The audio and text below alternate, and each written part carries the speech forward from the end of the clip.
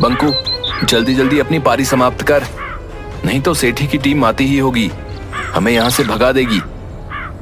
अरे यार, ऐसे कैसे हटा देगा? उन लोगों के चलते ही सुबह 4 बजे से खेल लें, आएंगे तो थोड़ा इंतजार करेंगे। भाई, ये गांव के मठ की सार्वजनिक जमीन है, इसमें सबका बराबर का हक है।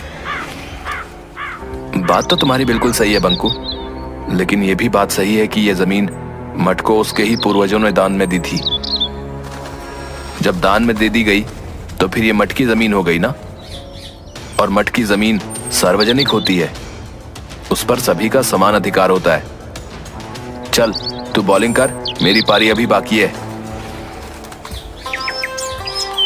बंकू अपने टीम के साथ खेल रहा था, तभी सेठी अपनी टीम के साथ वहां पर खेलने पहुंचा। ए चल बे नंगे फकीरों, हटाए अपना बल्ला बास पल्ला, चल हमारी टीम यहाँ पर खेलेगी। चल, तुम लोगों को कई बार बता दिया कि ये मेरे पुरखों की जमीन है, इस ग्राउंड पर सिर्फ हमारी टीम खेलेगी, लेकिन तुम भिखारी लोग इतने ढीठ हो कि बिना फटकार के सुनते ही नहीं। देखो सेठी, हमारी थोड़ी सी 2 ओवर की पारी बची है, उसके बाद हमारा मैच खत्म हो जाएगा, तब खेल लेना। अच्छा, ग्राउंड हमारा और हम ही इंतजार करें? चलो हटाओ अपनी बांस की विकेट। सेठी भाई, तुम लोग जब तक रेडी होगे उतने में हमारा खेल खत्म हो जाएगा। एक बार सेठी भाई ने बोल दिया ना नहीं खेलना है, मतलब नहीं खेलना है। अरे ऐसे कैसे तुम हमारा विकेट उखाड़ सकते हो? अबे चल फुट लो यहाँ से, ये मेरा बॉडीगार्ड है, नहीं तो इतना मारेगा कि छठी के दूध याद आ जाएंगे। इतने में बिलुआ बंकू को पकड़कर हाथापाई करने लगता है। जल्द ही हाथापाई भीषण लड़ाई में बदल जाती है। सेठी के गुंडे सब मिलकर बंकू और उसकी टीम की जबरदस्त पिटाई कर देते हैं। बंकू की नाक से खून निकलने लगता है। रही सही कसर घर पहुंचने पर उसके पिताजी रतन निकाल देते हैं। क्या जरूरत थी हैं? उन बड़े लोगों के बिगड़ैल बेटों के मुंह लगने की? उनके बाप दादा की जमीन है, वहां वो खेलते हैं, तो तुम्हें वहां जाने की क्या जरूरत? उनके बाप दादा की नहीं, वो मठ की जमीन है, और मठ की संपत्ति का सार्वजनिक उपयोग होता है, ना कि निजी। तुम मुझे कानून बताओगे हैं? क्यों जी, जब देखो आप बंकू को ही डांटते रहते हैं। चाहे बंकू सही हो या गलत, मठ की जमीन सभी के लिए है। तभी दरवाजे पर पुलिस दस्तक देती है। सेठ करोड़ीमल ने आपके बेटे के खिलाफ उनके बेटे से मारपीट करने के लिए थाने में शिकायत लिखवाई है। आप दोनों बाप बेटे को आज शाम को थाने में इंस्पेक्टर तोंडे ने बुलाया। इसी तरह की सूचना हवलदार झंझोर सिंह, भीमा, पंडित ज्ञानचंद, बट्टू, कलुआ सभी लोग हड़बड़ाए हुए रतन के घर पहुंचते हैं। रतन, अरे ओ रतन, अभी मेरे घर पुलिस आई थी, शाम को थाने बुलाया है। भीमा, मेरे घर भी हवलदार आया था, शाम को हमें भी थाने बुलाया है। अलबत्ता यहाँ पर जितने लोग हैं सभी के घर पर पुलिस पहुंची थी। ओह, तभी यहाँ इतनी भीड़ लगी है, तो अब क्या होगा? मैंने तो पहले भी इन लोगों को समझाया था कि ये सब बड़े लोगों का खेल है। अरे हम लोगों का खेल है कुश्ती, गुल्ली डंडा, कबड्डी, लट्टू, कंचे। इसके लिए कोई बड़े मैदान की जरूरत नहीं होती, लेकिन ये लोग मानते ही नहीं। अब लो भुगतो। अरे हमने भी समझाया था बंकू को कि शुरू से ही मैदान पर उन लोगों का कब्जा रहा है। ऐसा नहीं कि हम लोगों ने मैदान को उनके कब्जे से मुक्त कराने का प्रयास नहीं किया, लेकिन हर बार हमें मुंह की खानी पड़ी। वैसे देखा जाए तो बच्चों की मांग जायज है। हम सबको सरपंच जी के साथ जाकर थानेदार को बताना चाहिए। लेकिन सरपंच जी भी तो लालची हैं, करोड़ीमल उन्हें भी खरीद लेगा। सच्चाई को कोई नहीं खरीद सकता, और यही विश्वास हम गरीबों को ढांढस बंधाता है। सभी सरपंच हुकुमचंद के पास पहुंचते हैं। अरे आज क्या बात है भाई, सभी लोग एक साथ हमारे यहाँ आए हैं। गांव में कुछ बड़ी घटना घटित हुई है क्या? हाँ सरपंच जी, कुछ ऐसी ही बात है। गांव के बच्चे मठ के मैदान में जाकर क्रिकेट खेलते हैं, लेकिन करोड़ीमल का बेटा सेठी अपनी टीम के साथ मिलकर गांव के सारे लड़कों को भगा देता है। अब ऐसा क्यों? उस मैदान पर तो सभी खेल सकते हैं। सेठी मठ की जमीन पर अपने पूर्वजों का हक जताकर सिर्फ अपनी टीम के साथ खेलता है। कल इन्हीं सब बातों को लेकर गांव के बच्चे और सेठी की टीम में झड़प हो गई। आज हमारे यहाँ नोटिस आया है कि हम सभी को थाने पर थानेदार ने शाम को बुलाया है। शाम को करोड़ीमल और सरपंच सहित गांव के लोग थाने पर पहुंचते हैं। देखो भाई, पहली बात तो मैं कानून को किसी को भी हाथ में लेने की इजाजत नहीं दूंगा। दोनों पक्षों की बात सुनने के बाद मुझे सेठी की बात जायज लगती है। उसके टीम को राज्य स्तर पर खेलने के लिए प्रैक्टिस करनी जरूरी है, अतः मठ के मैदान का सेठी ही उपयोग करेगा। ये कैसे कह सकते हैं कि सेठी की टीम ही अच्छी खेलती है और वही मैदान में प्रैक्टिस करेगा? बंकू की बातों में दम है।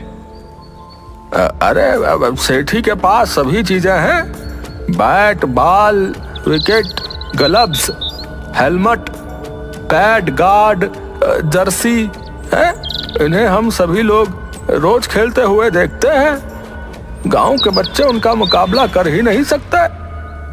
ठीक है, तो अगले रविवार को क्यों ना हम लोग सेठी की टीम और बंकू की टीम का एक मैच करवा लें। जो जीतेगा वही मठ के मैदान में खेलेगा। हाँ भाई, क्या कहते हो सेठी? हमें ये चैलेंज मंजूर है। हमें भी मंजूर है। ठीक है, तो अगले रविवार को सेठी और बंकू की टीम के बीच मुकाबला होगा। जो जीतेगा मैदान पर आगे वही खेलेगा। तब तक जैसी स्थिति है वैसा ही रहेगा। लेकिन बंकू की टीम प्रैक्टिस कहां करेगी? वो सब मैं नहीं जानता। रविवार तक यथास्थिति ही रहेगी।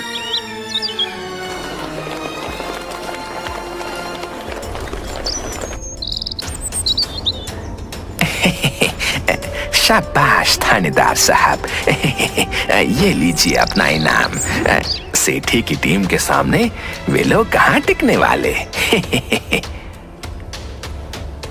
बस रविवार के बाद मैदान का सारा झंझट ही खत्म।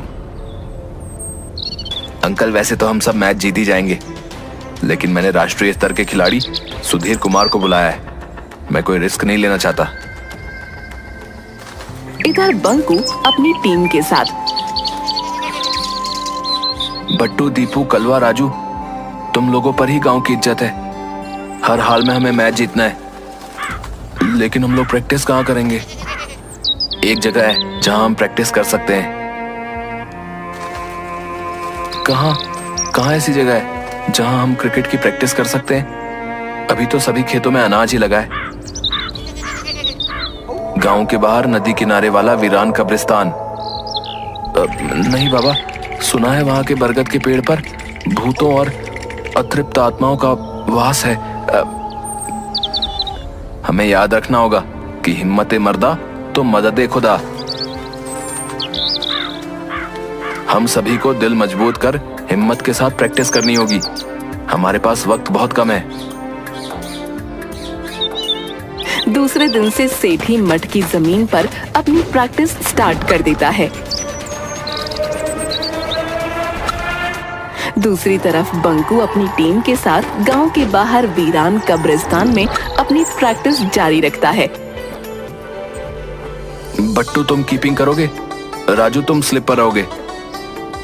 कलवा, तुम्हारा थ्रो बहुत अच्छा है, तुम लॉन्ग लेग बाउंड्री पर रहोगे। नहीं, लॉन्ग लेग बाउंड्री पर भूतों वाला बरगद का पेड़ है, मैं नहीं जाऊंगा वहां। ठीक है, वहां पर मैं रहूंगा। इसी तरह से दोनों टीम अपनी अपनी प्रैक्टिस जी जान से करते रहते हैं। आज शनिवार था। दोनों टीमें सुबह सुबह ही अपने अपने ग्राउंड में पहुंच चुकी थीं। दोस्तों, पिछले 5 दिन से हम लोग प्रैक्टिस कर रहे हैं। कल हमारा फाइनल दिन है।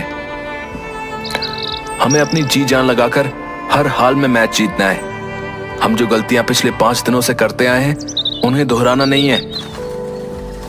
चलो बट्टू, बैटिंग करो। मेरी गुगली से बचकर दिखाओ, गिल्लियां बिखेर दूंगा। ठीक है, पहले बॉल तो फेंक, बाउंड्री पार नजर आएगी।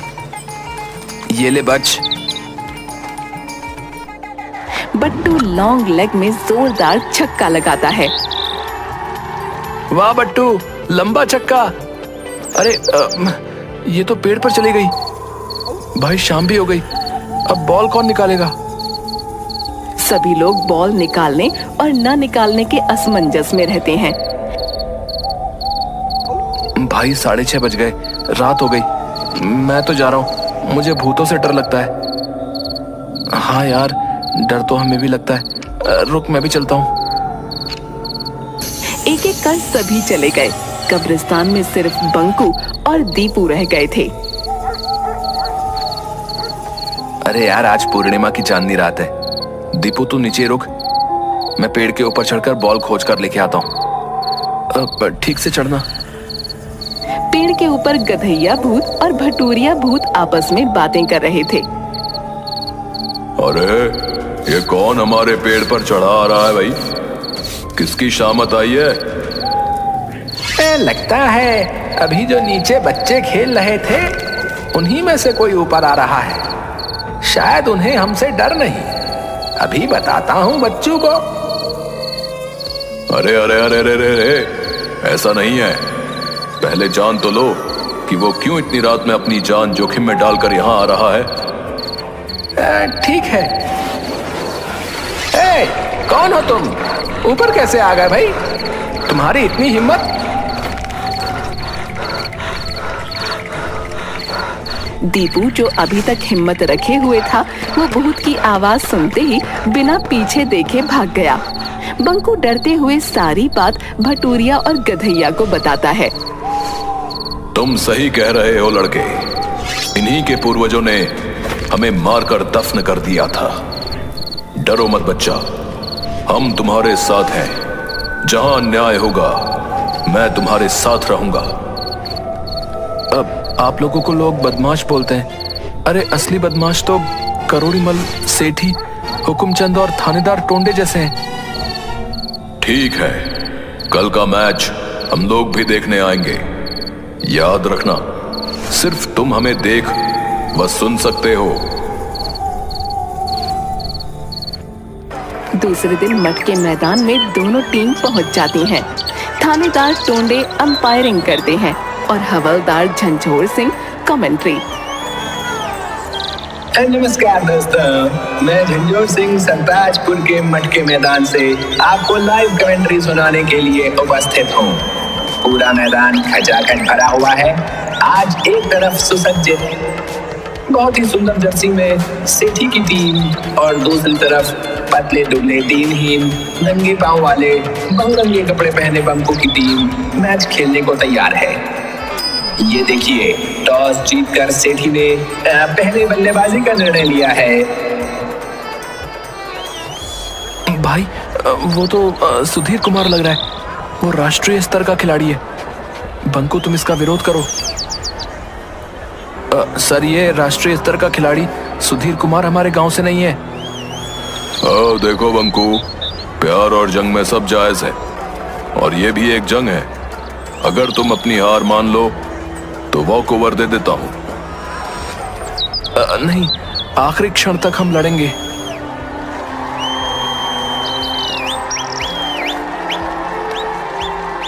हाँ तो भाइयों, अंपायर से बंकू की कुछ बातचीत के बाद मैच शुरू हो गया है। बट्टू बॉलिंग छोर से बॉलिंग करने के लिए तैयार। सामने क्रीज पर नेशनल लेवल के प्लेयर सुधीर कुमार, और ये पहली बॉल, और पहली ही बॉल को सुधीर कुमार ने बाउंड्री के पार पहुंचा दिया है। लग रहा है कि खेल एक तरफा होने वाला है। और ये तीसरी बॉल पर भी छक्का। सुधीर कुमार ने पहली 3 बॉल पर ही छक्के लगाकर आगाज दे दिया है कि अंजाम क्या होगा। बंकू अपनी हताश टीम को उत्साहित करते हुए, और ये मैच के आखिरी गेंद पर भी बाउंड्री पार। 20 ओवर में कुल 387 रन। अब देखना है कि बंकू की टीम कितने 100 रनों से हारती है। बंकू की टीम का आया राम गया राम की तरह 3 ओवर में 13 रन पर 8 विकेट गिर जाते हैं।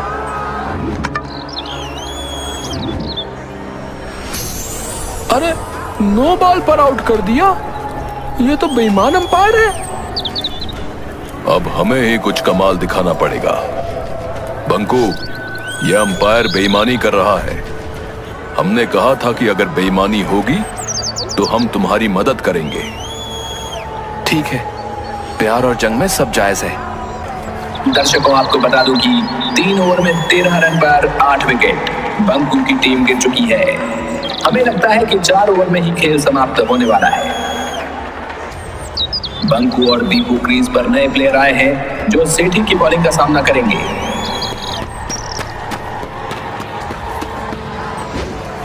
सेठी ने ये बॉल डाला और बॉल बाउंड्री के पार। वाह, बंकू की टीम का ये पहला छक्का। दूसरी बॉल सेठी की और फिर बॉल मैदान के बाहर। लगता है बंकू कुछ देर टिकने वाला है और ये तीसरी गेंद भी छक्का। हैट्रिक बंकू की ओर से कमाल कर दिया गया है। अरे, अब तो लगता है कि छक्कों की बारिश शुरू हो गई है। दोनों तरफ से छक्कों की बरसात। पिछले 4 ओवर में एक भी रन दौड़कर नहीं बनाया गया है। चौके और छक्के ही लगे हैं। 4 ओवर में 120 रन की रिकॉर्ड साझेदारी। स्कोर 7 ओवर में 133 रन 8 विकेट पर। समझ में नहीं आ रहा कि क्या किया जाए। लगता है हम मैच हार जाएंगे। अरे ऐसा नहीं है, अभी भी 254 रन 13 ओवर में चाहिए। हमें इस जोड़ी को तोड़ना होगा।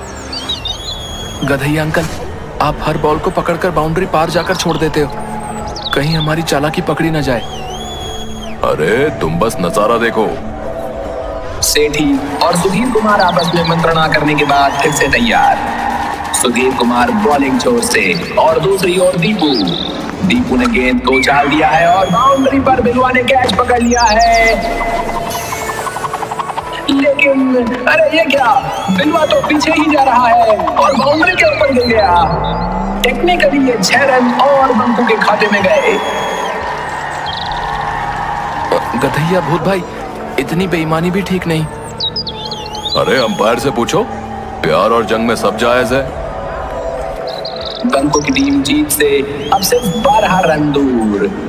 अगली बॉल बहुत अच्छे बंकू ने रोक दी है, लेकिन ये क्या, सुधीर कुमार ने बॉल पकड़ के बाउंड्री की ओर फेंक दी और ये गेंद भी ओवरथ्रो के माध्यम से 4 रन। अगली बॉल बंकू के बैट से टच करते हुए सीधा कीपर के हाथों में और ये 9वां विकेट। लेकिन ये क्या, कीपर के हाथों से बॉल निकलकर सीधे बाउंड्री पार। असंभव, अकल्पनीय, अद्भुत। मैंने अपने 40 वर्षों के इतिहास में ऐसा चौका पहली बार देखा है।